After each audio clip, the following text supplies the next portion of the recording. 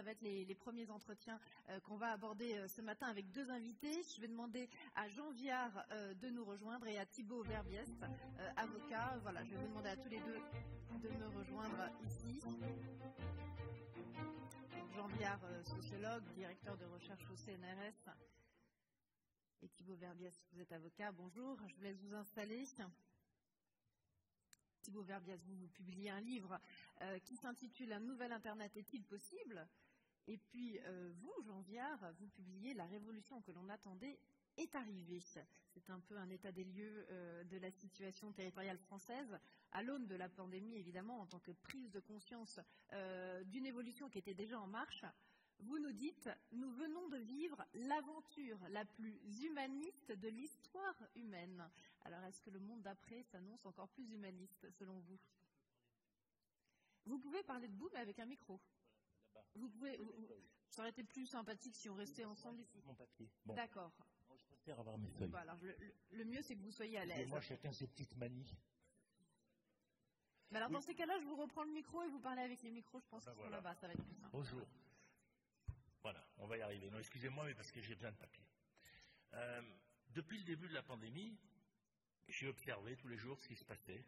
Certains m'ont dû m'entendre, j'étais beaucoup à France Info, dans les médias, pour essayer au fond de mettre en récit ce qu'on était en train de vivre et pour essayer que ça n'apparaisse pas comme quelque chose d'absolument déstructurant et complètement mortel. Et au fond, ce que je dirais en commençant, au fond, nous avons gagné. Nous avons gagné parce que nous avons sauvé entre 150 et 200 millions de vies sur la planète au jour d'aujourd'hui, d'après les premières statistiques, et nous en avons perdu entre 10 millions et 20 millions. C'est-à-dire qu'au fond, en modifiant nos modes de vie, en nous masquant, en sortant plus, en arrêtant au fond la plupart de nos activités, de nos plaisirs, pour la première fois, l'humanité a sauvé l'humanité. Et nous ne nous sommes pas battus les uns contre les autres, nous avons tous fait la même chose, nous avons regardé ce que faisaient les Chinois, les Allemands, les Italiens, etc. Nous avons copié. Et finalement, c'est là où je dis nous avons gagné parce qu'on n'avait jamais sauvé autant de vies. Je vous rappelle que la grippe espagnole, c'est entre 50 et 100 millions de victimes pour une population mondiale moitié moins nombreuse, pour avoir un ordre de grandeur. Et c'est important de dire ça, parce que sinon on ne sait plus pourquoi on se bat, pourquoi vous avez des masques, pourquoi on risque d'en avoir pendant des années, pourquoi au fond nos sociétés sont en train de changer brutalement. Et c'est pour ça qu'il faut se dire, qu'est-ce qu'on dira de nous dans 200 ans? On dira, ce monde de fous, qui était soi-disant obsédé par l'économie, par la séduction, par l'argent, ce monde de fous s'est arrêté pour sauver les gros, les vieux et les malades. C'est-à-dire, en gros, ceux qui ne produisent pas. Puisqu'en gros, c'est le cœur de ceux qui risquent de mourir ou qui sont morts. C'est effectivement les plus fragiles d'entre nous. Et donc, c'est inimaginable dans l'histoire humaine. On n'a jamais fait ça. De s'arrêter pour ce groupe le plus fragile. Vous savez, une bonne partie des gens des EHPAD qu'on a sauvés, depuis, sont morts de vieillesse. Puisque l'espérance de vie en EHPAD est de 3 ans et 4 mois. Donc ceux qui étaient en EHPAD en 2020, beaucoup étaient là depuis 1 an ou 2, donc voilà, on leur a donné 1 ou 2 ans de vie en plus, c'est magnifique 1 ou 2 ans de vie en plus, mais c'est pas comme si c'était les enfants, c'est pas comme si c'était les travailleurs, etc. Donc c'est au fond l'aventure la plus humaniste de l'histoire humaine, qui arrive dans des sociétés obsédées par l'économie et qui les bouleverse. Et c'est ça, si vous voulez, qui moi m'intéresse. Je pense que petit à petit, c'est ce récit qui va s'imposer, c'est-à-dire qu'on va essayer de penser ça, ce contre-pied entre, au fond, cet humanisme magnifique. Alors, pas partout. Dans les dictatures chinoises, le totalitarisme, oui. Dans les démocraties, oui. Mais dans aucun régime populiste. Aucun régime populiste n'a sauvé ses populations. Aucun. Et le pire, c'est la Tchécoslovaquie et la Hongrie et la Tchécoslovaquie, en taux de victimes. Donc ça aussi, c'est important de penser ça, parce que le nouvel affrontement, il est clairement entre 2 modèles de système politique. Et on n'y reviendra pas maintenant, mais c'est important. La deuxième idée centrale, c'est qu'on est en train de changer de vie, on ne le voit pas. Si vous regardez les études d'ELAT qui viennent de sortir, 5 millions de Français ont déjà déménagé, 5 millions. 10 millions sont en train d'y réfléchir. 1 million de couples ont explosé. 50% des couples de moins de 30 ans sont en train d'envisager la rupture. On est dans un bouleversement de la sphère de l'intime qui est gigantesque. Où les gens se disent, au fond, d'accord, il y a ceux qui ont eu le Covid, il y a ceux qui ont eu peur d'avoir le Covid, mais on a tous été malades, on a été enfermés chez nous, etc. Et au fond, on se trouve dans la position de quelqu'un qui aurait un cancer, le cancer est guéri, et il se dit, qu'est-ce que je fais du temps qui me reste? Est-ce que je recommence comme avant? Et il y a plein de gens qui disent non. Il y a plein de gens qui disent, moi je veux habiter à la campagne, j'ai un jardin. Alors il y a déjà 70% des Français qui ont un jardin. Faire très attention à la représentation imaginaire de la ville en hauteur, qui est minoritaire. Hein. Mais il y a, je vous dis, 5 millions de Français qui ont déménagé. Alors ils se déménagent où? Le long des lignes de chemin de fer et du haut débit. Hein. Si on fait leur géographie, elle est assez précise.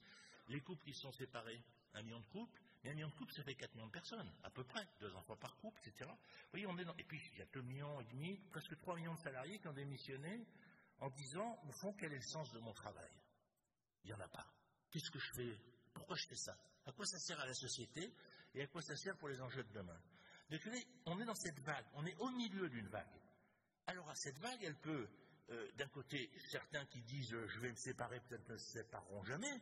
Et peut-être à l'inverse, le mouvement va s'accentuer et je n'en sais rien.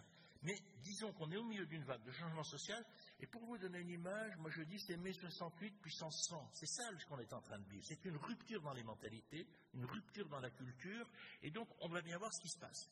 La crise économique, moi je n'y ai jamais cru. Avec mon camarade Nicolas Bouzou, on n'a pas arrêté de dire, mais c'est comme en 68, tout s'arrête. Mais quand l'économie s'arrête, elle n'est pas cassée. Quand l'économie s'arrête, pendant ce temps-là, les gens y pensent. Ils apprennent, ils réfléchissent, ils se demandent ce qu'ils vont faire demain. Quand on sort, on est, regardez les restos. La plupart des restos où vous allez, ils ont aménagé, ils ont modifié, ils ont fait la peinture. Les gens ne sont pas restés inertes. Et on a tous appris des choses. Alors qu'est-ce qu'on a appris? On a appris qu'au fond, les chaînes de valeur avaient pris le pouvoir sur le monde d'une façon un peu absurde, parce qu'on a eu des endroits où d'un coup, parce qu'on avait prévu ni les pandémies ni les guerres. Et donc, on a appris qu'on pouvait coopérer et mettre des frontières. C'est important, ça déplace le champ politique, ça déplace le champ de nos relations. On peut faire l'Europe avec des frontières, on peut faire la mondialisation avec des frontières, etc. Ça, c'est un nouveau champ qui va changer. La deuxième chose, c'est qu'on a, comme dans toutes les pandémies, ça accélère toutes les tendances. D'ailleurs, on l'a dit tout à l'heure avant moi. MeToo, oui, va s'accélérer. Le droit de l'individu, le droit de la personne, etc. Un enjeu majeur. La mémoire, effectivement, des corps méprisés. Un enjeu majeur. Greta Thunberg, pour faire une carte postale, si vous voulez. Le refus de la ville. 70% des Français rêvent d'habiter à la campagne. Donc c'est pour ça qu'il y en a qui le font, parce que simplement avant, ils en avaient envie. Vous voyez, il y a tout ça qui est en train de se passer, et il y a d'autres sujets. Et puis, on a appris une chose essentielle, c'est que l'homme n'est pas maître et possesseur de la nature. Avant, il y avait un mouvement écologiste. Sans doute, vous triez vos poubelles. Sans doute, vous vous demandiez si vous alliez garder votre 4x4 diesel. Mais bon, est-ce que vraiment ça allait changer le monde que vous changez? Est-ce que vraiment ça allait empêcher la banquise de fondre? Et là, on s'est rendu compte que l'humanité peut faire groupe. L'humanité peut avoir les mêmes pratiques culturelles, peut avoir les mêmes décisions. On peut s'affronter sur tout. Mais on a compris que la nature, on n'en est pas maître et possesseur. Et donc, effectivement, au fond, on pourrait dire la pandémie, c'est un lanceur d'alerte de la crise climatique. Et ça montre qu'on peut gagner la bataille climatique. Je dirais on a augmenté nos chances de la gagner parce qu'on a appris à travailler ensemble. On va continuer à s'affronter sur plein de choses. Hein. Mais là, regardez, même les Chinois et les Américains, ils sont obligés de discuter du climat parce qu'ils peuvent s'affronter sur ce qu'ils veulent, mais si le climat explose, de toute façon, ni l'un ni l'autre ne pourront s'en sortir. Et puis, par rapport à vos métiers, le véhicule numérique a gagné contre l'essence. Depuis la guerre, je veux voir quelqu'un, je dépense de l'essence. Voiture, train, avion. Avant, il y avait beaucoup de gens qui faisaient du vélo, qui prenaient le train au charbon. Aujourd'hui, je veux voir quelqu'un, je fais un zoom. Et cet apprentissage qu'on a tous fait brutalement, dans le télétravail, dans la pédagogie, dans la famille, vous, évidemment, dans votre créneau de carte bancaire, vous avez vu augmenter vos chiffres, mais ça veut dire que le numérique, le lien virtuel, a définitivement gagné la partie sur le lien pétrolier. Ça, pour les sociétés, c'est un bouleversement gigantesque. Parce que c'est pour ça aussi que les gens se répartissent autrement dans l'espace. Les gens, ce qu'ils rêvent, c'est de proches. Il y a un mot central, c'est proche. Proche, c'est la famille, puisqu'on s'est reconstruit sur la famille, et proche par le territoire. Et au fond, dans toutes les études, on voit très bien apparaître cette vision du proche. Proche et livraison. Proche et livraison. C'est-à-dire qu'effectivement, les rêves, c'est j'habite dans une ville moyenne, où j'en sors 2 ou 3 fois par semaine pour aller me balader, pour aller travailler dans une grande ville, etc.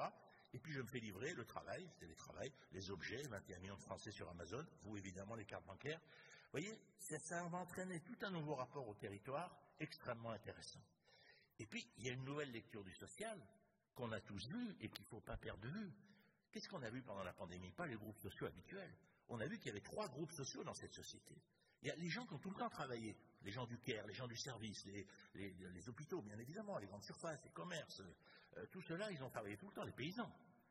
Ceux-là, ils habitent en général à côté de leur lieu de production. Non, pas du tout. Ceux-là, justement, ils sont loin des lieux de production. Et ils se sont déplacés tout le temps, notamment les gens du care et du service. Là, on a une dette à payer. On a commencé à le faire dans le social, mais la dette a continué, et j'y reviendrai. Le deuxième groupe qu'on a vu, c'est le monde de la production des objets. Agriculteurs, industriels, usines. Généralement, les gens n'habitent pas très loin de leurs usines, parce que les usines sont à l'intérieur des grandes villes. Et les ouvriers habitent autour. Et donc, ceux-là, au fond, ils sortent gagnants. Parce qu'ils savent qu'on va faire des politiques industrielles plus dynamiques, etc., qu'il y a toute une réflexion sur l'agriculture de proximité. Regardez ce qu'on va voter demain à Bruxelles sur l'agriculture. Et puis le troisième groupe, c'est les gens du télétravail. À peu près 38% de la population peut télétravailler. Et ces gens-là, qui ne sont pas que des cadres, majoritairement c'est des cadres, c'est vrai, mais ce n'est pas que des cadres. Et en plus, il y en a d'autres qui pourraient télétravailler peut-être un jour, si on y pensait comme ça. Des gens du service, etc., qui font des factures, qui vérifient leurs comptes, etc. Donc, si on en fait une pensée collective. On a appris qu'un salarié n'a pas besoin d'être présentiel pour être productif. Alors, il y a des pays où c'était déjà assez répandu, comme aux États-Unis. Mais nous, il y avait 4% des gens en télétravail. Parce qu'un patron français, s'il ne voit pas ses salariés, il est convaincu qu'il ne fout rien. Et on s'est rendu compte qu'en télétravail, les gens travaillent 20% de plus en productivité, qu'ils ne demandent jamais d'heures supplémentaires, et que donc, effectivement, c'est tout bénéfice d'une certaine façon, et qu'on peut diminuer les surfaces de location. Moi, je travaille en ce moment pour le groupe Armée Immobilier sur la défense. On voit très bien les problèmes qu'on a de diminution des surfaces louées et de disponibilité des bureaux. Donc, on est là dans une évolution très forte. Donc, au fond, on a trois groupes sociaux. Et la question qui nous est posée, c'est comment, effectivement, les gens qui ont travaillé tout le temps, eux, leur problème, c'est qu'ils habitent loin. Au fond, qu'est-ce que cherchent, les gens? Ils cherchent à remettre le travail là où ils habitent. Ils cherchent à avoir des liens de proximité avec les gens qui vont au collège, les gens qui vont à la salle de sport, à la mosquée, à l'église. Et donc l'enjeu, c'est les tiers-lieux. L'enjeu, c'est le coworking. Pour tous les gens qui peuvent le faire. Pour ceux qui ne peuvent pas le faire, notamment pour les gens du care et du service, il va falloir bouleverser notre politique du logement social. Il va falloir leur donner priorité dans le logement social à côté de la vie de travail.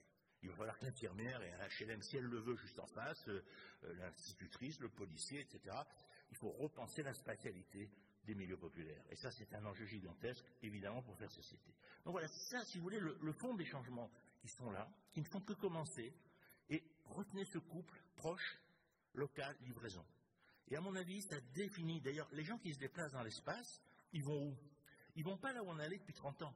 Depuis 30 ans, on va dans les grandes métropoles de province. C'est le succès de Nantes, de Bordeaux, de Toulouse, de Montpellier, de Nice d'une certaine façon, de Marseille aussi en contre-exemple. Marseille est la ville qui attire le plus. Mais elle attire des Parisiens, notamment, hyper diplômés et un peu déconnants, si je peux me permettre. Il y a 10 000 personnes qui vont tous les ans à Marseille, qui sont des gens très diplômés. Pourquoi ils y vont? Parce que Marseille, c'est un peu comme Détroit. C'est une ville, justement, elle est un peu disturbe, on se gare sur les trottoirs, etc. Mais donc, on sort un peu de la norme hyper moralisatrice de l'époque d'aujourd'hui. Et en même temps, c'est une matière grise qui arrive sur Marseille qui est tout à fait importante. Donc, ayez cette représentation-là et pensez que le télétravail ne fait qu'éclairer un des désirs des gens, c'est d'avoir un pied près de là où ils habitent dans le travail et comment on fait pour que les autres groupes sociaux puissent partager le même désir.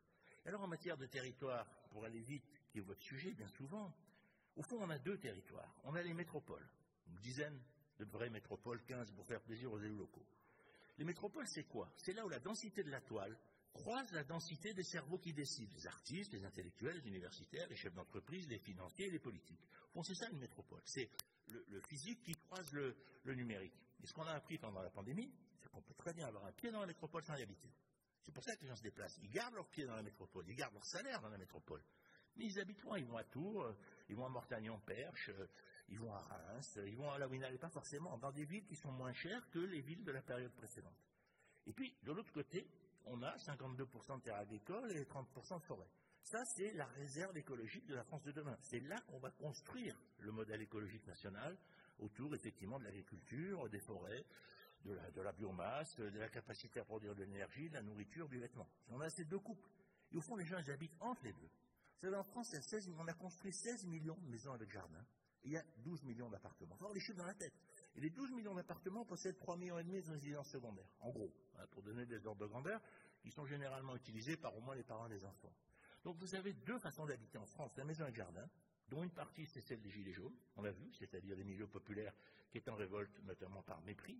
Et puis de l'autre côté, les gens qui se déplacent maintenant, on va dire des télétravailleurs bobos vers carte postale, vous avez deux ailes de la ville, cette aile populaire, le lotissement, vous avez l'Île-de-France, il y en a d'un coup, vous tombez d'un coin, il y a un lotissement, puis après ça s'arrête. Et les télétravailleurs bobos, eux, ils vont dans des endroits à image de marque, où ils peuvent dire, moi je suis allé à Tours, je vois la Loire. Donc il faut qu'ils intègrent l'identité des territoires dans leur stratégie territoriale. Donc ça veut dire terre agricole, métropole, et entre les deux la population qui s'organise. C'est cette vision. C'est pour ça qu'il ne faut plus parler de l'opposition habitat, ville, campagne, tout, c'est beaucoup plus compliqué que ça. Il y a ces 3 territoires en dynamique différents suivant les territoires. Et le numérique est évidemment un enjeu central de lien entre tous ces territoires. Voilà, je crois que si vous voulez, c'est ça le fond du mouvement qu'on est en train de vivre. Comprenez ce mouvement, regardez-le autour de vous. Dites-vous que, mais oui, c'est vrai, j'en connais des gens qui se sont séparés. Ah ben oui, dans l'entreprise, il y a des salariés qui sont partis. L'autre jour, j'ai déjeuné avec le PDG d'Engie, il me dit, mais j'ai des salariés très haut niveau, très bien payés, ils ne sont plus là. Ils m'ont dit, écoute, voilà, on a décidé de prendre un gîte rural dans les Cévennes. Ah, qu'est-ce que vous faites? Vous faites rien. C'est-à-dire que vous avez ces ruptures dans des trajets de vie, et vous avez aussi des gens que vous n'allez pas voir se déplacer simplement, ils vont de plus en plus habiter leur résidence secondaire. Donc leur mode de vie va se déplacer. Parce qu'en fait, ils votaient déjà dans leur résidence secondaire, ils y habitent, il y en a quand même 3,5 millions de familles, il y en a toute une partie qui va se déplacer sans changer de maison peut-être, puis ils vont réduire le logement dans la grande ville. On est là-dessus. Et puis en sortie de cette pandémie, c'est clair que la santé publique devient un enjeu majeur. Le travail est devenu une valeur positive, alors qu'avant c'était souvent perçu uniquement comme un lieu d'exploitation. Mais regardez comme les gens qui étaient payés ont été malheureux de ne pas travailler. Parce qu'au début c'est rigolo de ne pas travailler, de payer sans travailler. Mais au bout d'un moment, on se rend compte qu'on n'existe plus. On est quoi comme individu si on ne travaille pas? On n'a pas de lien, on n'a pas d'interaction sociale, etc. C'est d'ailleurs une des limites du télétravail si on le fait à 5 jours par semaine. Il faut des interactions, c'est pour ça qu'il faut des tiers-lieux, il faut du coworking, il faut quand on ne travaille pas dans l'entreprise, on travaille avec d'autres gens à côté. C'est essentiel. Donc le travail a changé de mission. Et puis il faut dire une chose, l'école a changé de sens. D'une part, à cause de l'assassinat de Samuel Paty, on a d'un coup compris, on s'est réveillé, on s'est dit, mais attendez, l'école, c'est pas juste la garderie où je mets les enfants le matin. C'est aussi un lieu qui a du sens, puisqu'y compris des gens qui portent le sens, ils sont assassinés. Mais au-delà de ça, les enfants se font plein, les enfants ont besoin de l'école, c'est leur deuxième maison. Et ça, si vous voulez, on a compris qu'on avait, au fond, les enfants, ils avaient 2 maisons. Et que les parents, rien n'impose aux enfants d'être tout le temps avec leurs parents. Et ça, c'est un rapport à l'école, un rapport à la famille, etc., qui sont aussi des choses qui vont sauver nos sociétés, petit à petit les bousculer. Mais je pense que c'est bien que l'école à nouveau redevienne au centre. Alors pour finir, un mot, je pense que depuis la guerre, on a été en France obsédé par la modernité qui se voyait. Vous savez qu'on a fait 62 300 ronds-points dans ce pays. Il y en a 5 000 en Allemagne et des 1000 aux États-Unis. On est leader des supermarchés. On est leader des grands bâtiments rectangulaires. Vous allez à Nîmes, en pleine toundra, si j'ose dire, c'est pas une toundra, vous avez des tours. Et vous dites, mais pourquoi ils ne sont pas installés tranquillement à plat? Puisqu'autour, il n'y a rien. Donc on a voulu moderniser par le béton. Y compris parce qu'on a eu en 1939 et en 1945 2 jeunesses qui nous sont venues chez nous, pour des motifs très différents, mais qu'en tant que jeunesse, elles étaient très différentes de notre propre jeunesse. Les jeunes Allemands étaient sportifs, baigneurs, etc., ils plongeaient dans l'eau glacée tout nus, etc. Les Américains avaient des bas, des chewing-gums. C'était 2 jeunesses hyper dynamiques. Mes grands-pères me disaient toujours, oula, moi j'ai dit à ta mère, va à la campagne. Il y a ce monde de jeunes garçons dynamiques. Et donc, c'est par rapport à ça, on a voulu une modernité bétonneuse. Je pense qu'aujourd'hui, ce qu'on veut, c'est de l'hyper-technologie, et là vous êtes en plein dans l'axe, et de l'esprit des lieux. On veut voir par la fenêtre la campagne, un arbre, un patrimoine, un objet patrimonial, mais avec cet objet merveilleux qu'on a tous dans la poche, qui est absolument incroyable, et qui va se développer avec l'intelligence artificielle, avec ce que vous faites vous dans votre métier, etc. Esprit des lieux et technologie, pour remplacer notre idée de la modernité bétonneuse. Il y a un gros boulot si on pense les choses comme ça. Et donc, retenons une rupture dans les mentalités, dont on va voir l'effet dans les années qui viennent, lentement. Léla Slimani me disait l'autre jour, peut-être il me faut 10 ans pour écrire un roman sur la pandémie. Donc maintenant, c'est aux artistes, aux peintres, aux cinéastes, aux sociologues, de construire petit à petit le récit. Il y aura des affrontements entre les récits. Et dites-vous bien que je crois qu'il ne faut pas dire aux gens, ah, si on m'avait écouté avant, ça ne serait pas arrivé. Il faut dire, on a tous vécu quelque chose d'extraordinaire. Il faut maintenant qu'on construise d'autres formes de solidarité pour gagner la bataille climatique. Mais je pense que les sociétés, ils sont plus prêtes qu'avant. Un peu plus prêtes qu'avant. Merci. Merci Fabien. Prenez avec vous votre micro. Si vous voulez reprendre la parole. Je vous laisse quand même votre micro. Encore beaucoup d'incertitudes alors si on vous suit. Mais ce que je retiens quand même, c'est qu'on est dans une époque qui a aussi tendance à s'enraciner. Et tout ce qui ne marchait pas est fini en fait. Ce qui se vend le mieux en ce moment, c'est les matelas. Donc c'est marrant, depuis le début de la pandémie, essayer d'acheter un matelas, c'est plus possible. Essayer de faire un parquet en bois, c'est plus possible. Les gens se font du cocooning. Alors les plus riches se font des piscines. Au fond, on reconstruit la maison, au fond, avec l'idée qu'on est rentré dans le siècle des pandémies. Et que ce n'est pas la pandémie, c'est la première pandémie. C'est par rapport à la Première Guerre mondiale. Et donc, les gens se confortent. Alors après, il y a ceux qui se séparent aussi.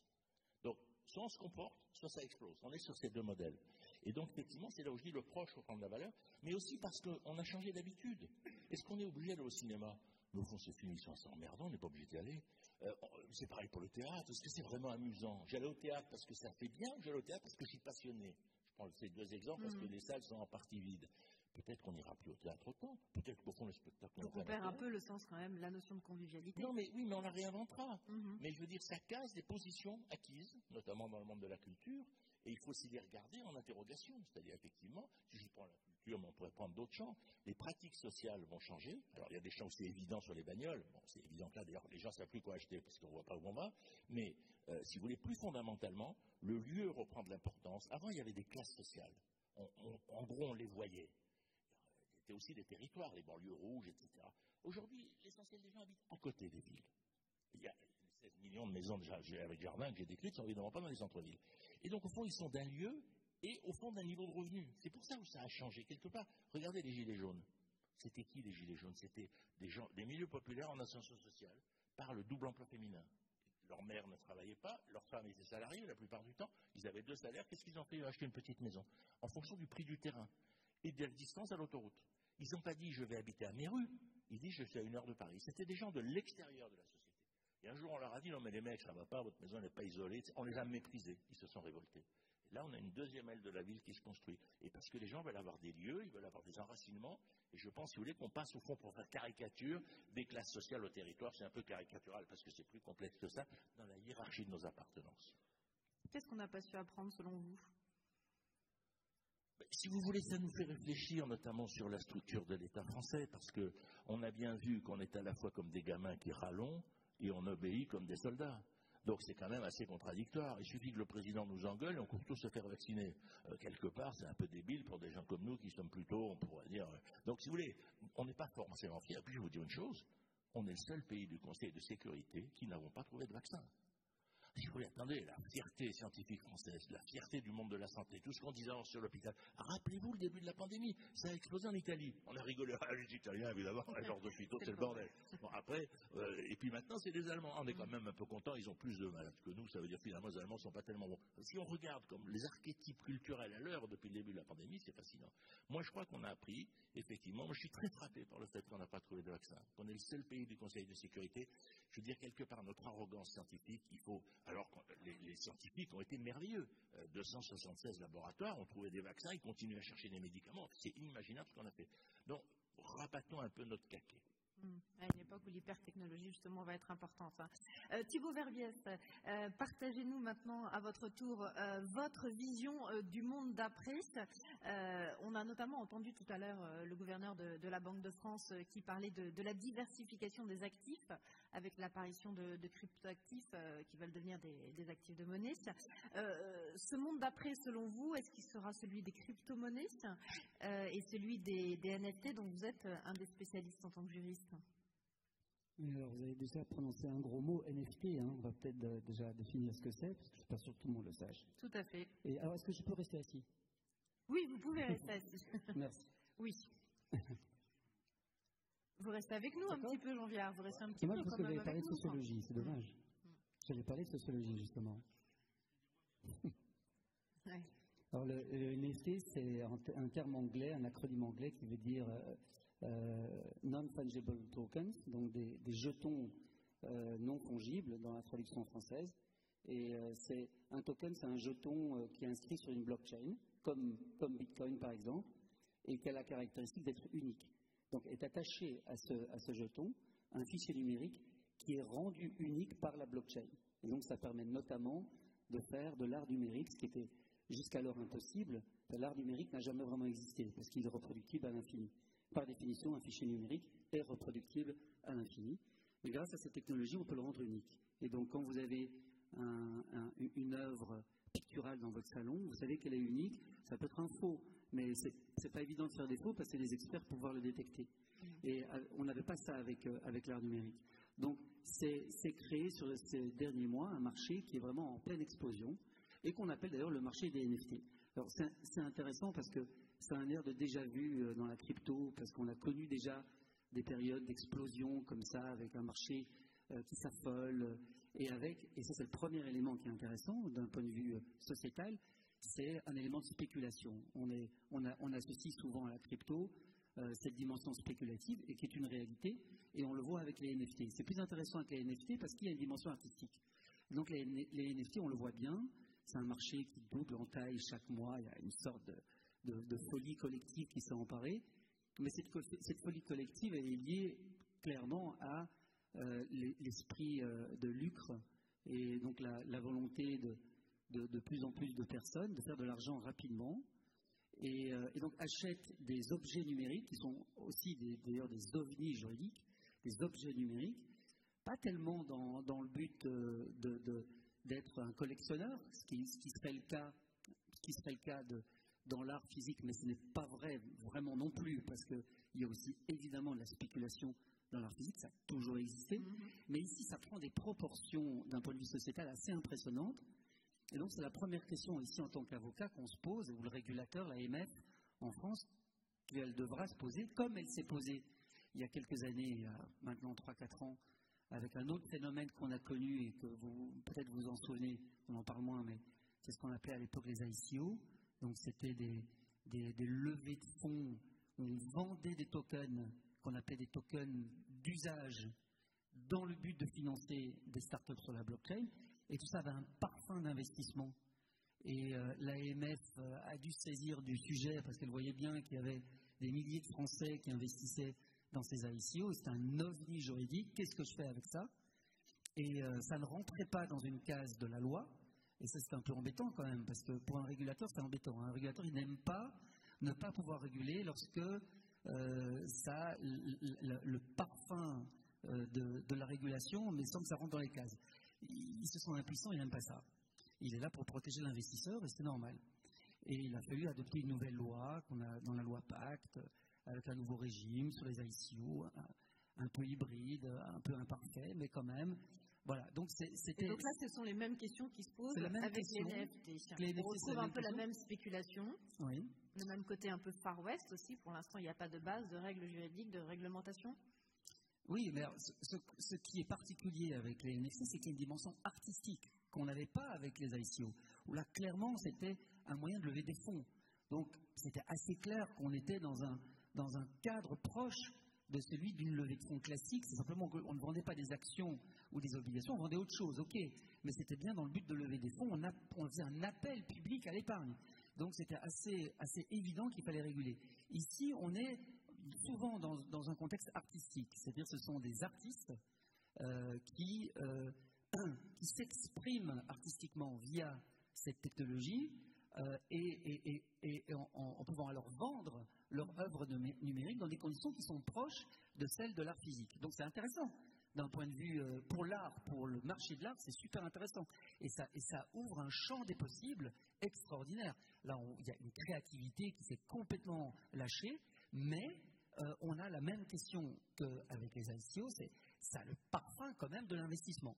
Et donc, est-ce qu'il ne faudrait pas réguler? Donc la question se pose très clairement aujourd'hui. Elle n'a pas encore été ouvertement ou officiellement encore abordée. Évidemment, les Américains nous ont précédé, la SEC, donc la fameuse SEC américaine, s'est déjà emparée du sujet. Et en France, on aura probablement un an de retard. Et la troisième dimension, je dirais, des NFT, et ça c'est celle qui va vous intéresser probablement le plus. Je vois que vous rangez votre frein, je pense que je vais partir avant qu'il parle de l'aspect sociologique. Donc je vous libère.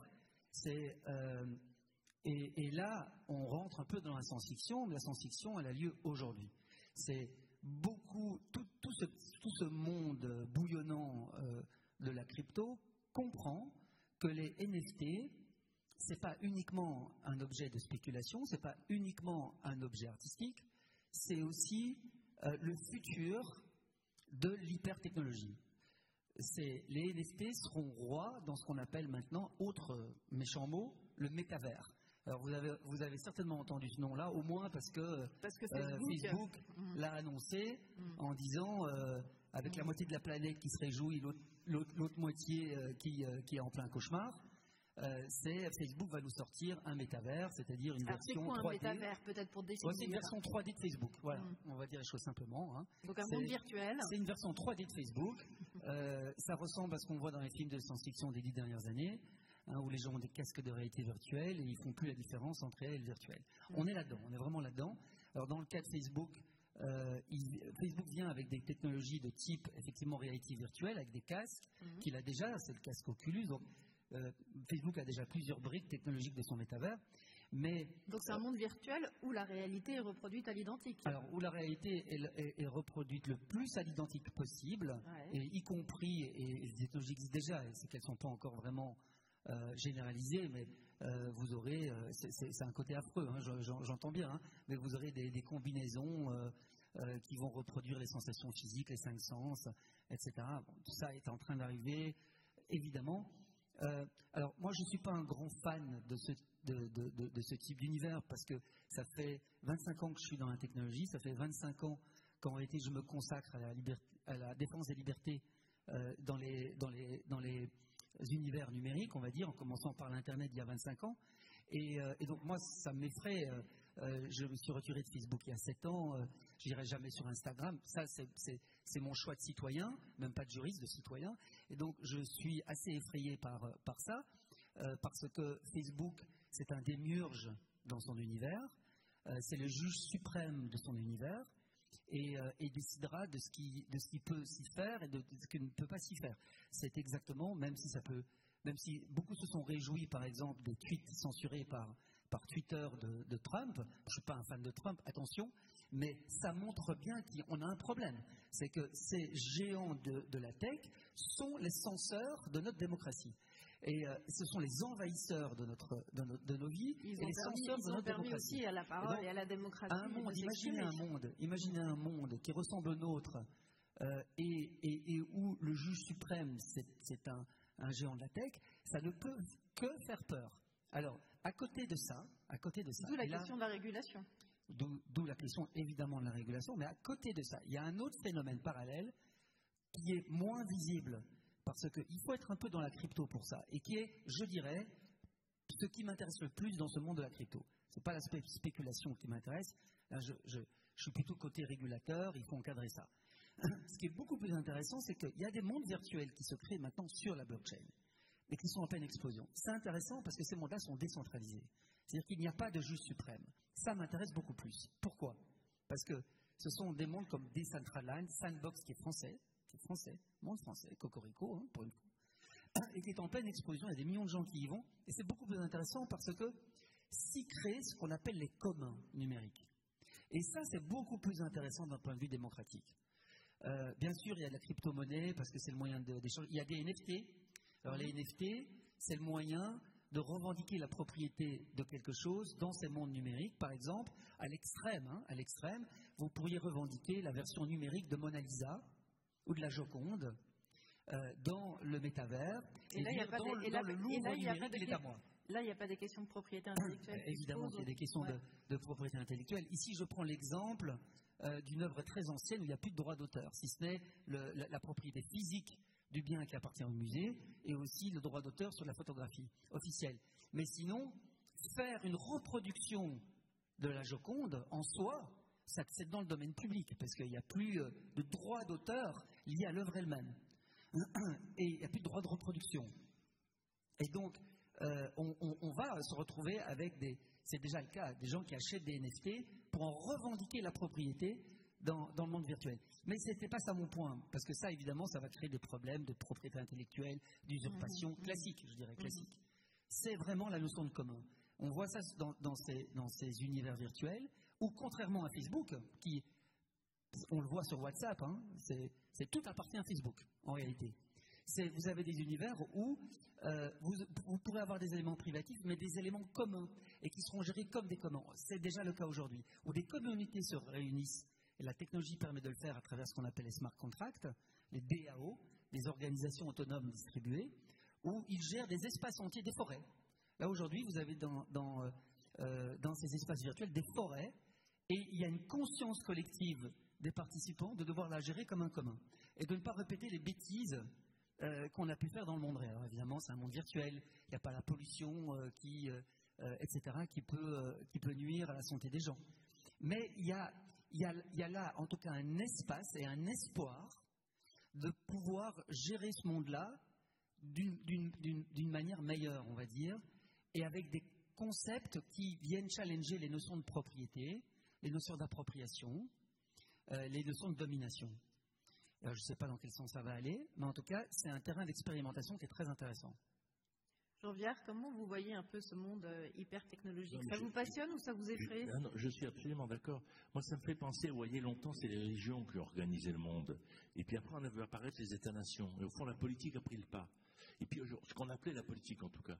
Et puis aujourd'hui, on est sur une autre période. Et on ne sait pas, effectivement, comment ça va s'organiser. C'est-à-dire, est-ce qu'on va arriver à prendre la main sur, j'allais dire, sur les GAFA et tout, comme on l'a pris sur la presse, on va dire, en 1880, on pourrait le dire comme ça, en partie. Aux États-Unis, il y a des débats là-dessus. Et en même temps, il y a des aspects positifs. Regardez cette pandémie sans Internet. Ça aurait été complètement autre chose. À la limite, ça aurait été invivable.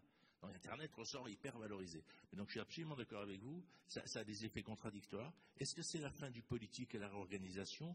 On le voit en société. Les gens appartiennent à un univers médiatique. Il y a un univers médiatique de Bolloré, il y a un univers médiatique de France Inter, la 5, avec le 1 dedans. Et c'est plus ça auquel on appartient qu'à un parti politique, à plus personne. On appartient à des sphères numériques. Il y a ceux qui sont dans des réseaux plus fermés, enfin on l'a bien avec les Gilets jaunes. Donc je suis extrêmement d'accord avec vous. On est face à une toutes ces sphères numériques sont plutôt fermées, ça. Oui, mais, les gens qui regardent CNews ne regardent pas la 5. Et les gens qui lisent le 1 ne vont pas aller regarder Bolloré. Je veux dire, on ne faut pas rêver. Les communistes ne lisaient pas le Figaro et les bourgeois ne lisaient pas l'Humanité. Il ne faut pas non plus faire comme si avant on était donc tous vous dites gentils. ça a toujours existé. Ça. Les groupes changent et le problème c'est comment on les maîtrise socialement et où circule le pouvoir. C'est tout à fait ce que vous dites et je suis bien d'accord avec vous. Mais après, je suis désolé, je dois vous quitter. Merci. Merci Jean Viard. On vous applaudit. Merci beaucoup. Maintenant, on est à deux, qu'est-ce qu'on va se dire? Merci. Pardon, je ne vous ai pas entendu. On n'est plus qu'à deux, qu'est-ce qu'on va se dire? Mais on va se dire pas. Peut-être qu'on peut parler des crypto-monnaies. Vous avez peut-être envie de développer aussi cette partie-là, puisque les transactions aussi dans les crypto-monnaies se développent. Est-ce qu'elles sont plus rapides, plus ou moins rapides? Est-ce qu'elles sont plus ou moins chères aujourd'hui que les transactions financières traditionnelles? Comment vous voyez les choses évoluer et se développer? Qu'est-ce qui vous intéresse dans ce domaine? À titre personnel, je suis assez peu intéressé par l'aspect spéculatif des crypto-monnaies, mais ça c'est presque philosophique dans mon cas, parce que ce n'est pas nouveau. C'est pas nouveau que des êtres humains s'affolent parce qu'ils voient la possibilité de faire un profit à court terme. Et dès qu'il y a, c'était la crise des tulipes aux Pays-Bas, au XVIe siècle, enfin, ça a existé depuis toujours. Et les cryptos, de ce point de vue-là, c'est une nouvelle classe d'actifs. Et d'ailleurs, la plupart des gens qui s'y intéressent ne comprennent pas la blockchain, ne s'y intéressent pas vraiment. On ouvre un wallet, c'est pas compliqué. Aujourd'hui, vous avez suffisamment de plateformes, y compris des plateformes régulées en France maintenant, puisqu'il y a une régulation. Il y a une régulation sur les plateformes d'échange. La plupart des gens aujourd'hui vont sur des plateformes d'échange centralisées, comme Binance, Coinbase, pour prendre les plus connus. Et celles-ci sont maintenant régulées, pas assez régulées d'ailleurs, pour être honnête, pas assez. Elles le sont sous l'angle de l'anti-blanchiment, qui est le socle minimal d'une régulation financière. Mais il y a beaucoup plus que ça dans une régulation financière. Il y a aussi les conflits d'intérêts, les abus de marché, les manipulations de cours, des choses comme ça qui sont vraiment légion dans ce monde qui est encore un Far West.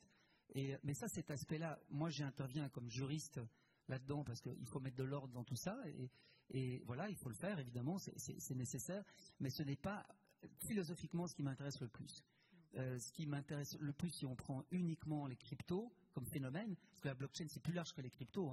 La crypto c'est une application de la blockchain. Il y a plein d'applications de la technologie qu'on appelle blockchain. Mais les cryptos sont intéressantes et les monnaies digitales, pour prendre un terme plus neutre, sont intéressantes parce que c'est un paradigme de la monnaie qui est différent que la monnaie que nous connaissons, qui est une monnaie de dette. Donc ça, je sais que dans la salle, il y a plus de gens qui sont éduqués à la finance que dans la moyenne de la population. Mais je suis professeur dans une école de commerce, j'enseigne la théorie monétaire.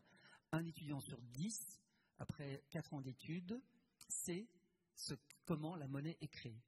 La monnaie est créée parce que c'est une monnaie de dette. Elle est créée parce que les banques commerciales, par l'octroi d'un crédit, créent de la monnaie ab initio, et la Banque centrale, elle, a même une capacité infinie de créer de la monnaie.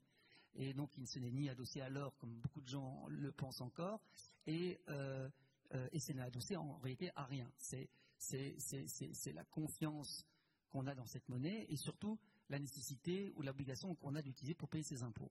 Mais il y a une vraie méconnaissance de la théorie monétaire, et Et les monnaies digitales sont intéressantes parce qu'elles portent en germe la possibilité de créer de la monnaie sans que ce soit adossé à une dette.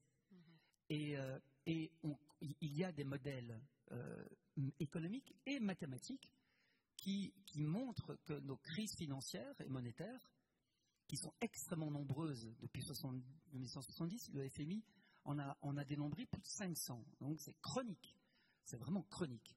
Et il y a des modèles qui montrent que si on équilibrait le système financier et monétaire avec une plus grande diversité monétaire, c'est-à-dire les monnaies qu'on connaît, qui sont des monnaies de dette, avec des monnaies qui ne sont plus adossées à la dette, mais qui sont des monnaies uniquement d'échange, ce que portaient en germe les monnaies locales complémentaires, mais qui sont restées anecdotiques, qui sont ces monnaies locales qu'on échange pour faire du crédit, débit, de services qu'on se rend entre citoyens, n'ont jamais vraiment émergé.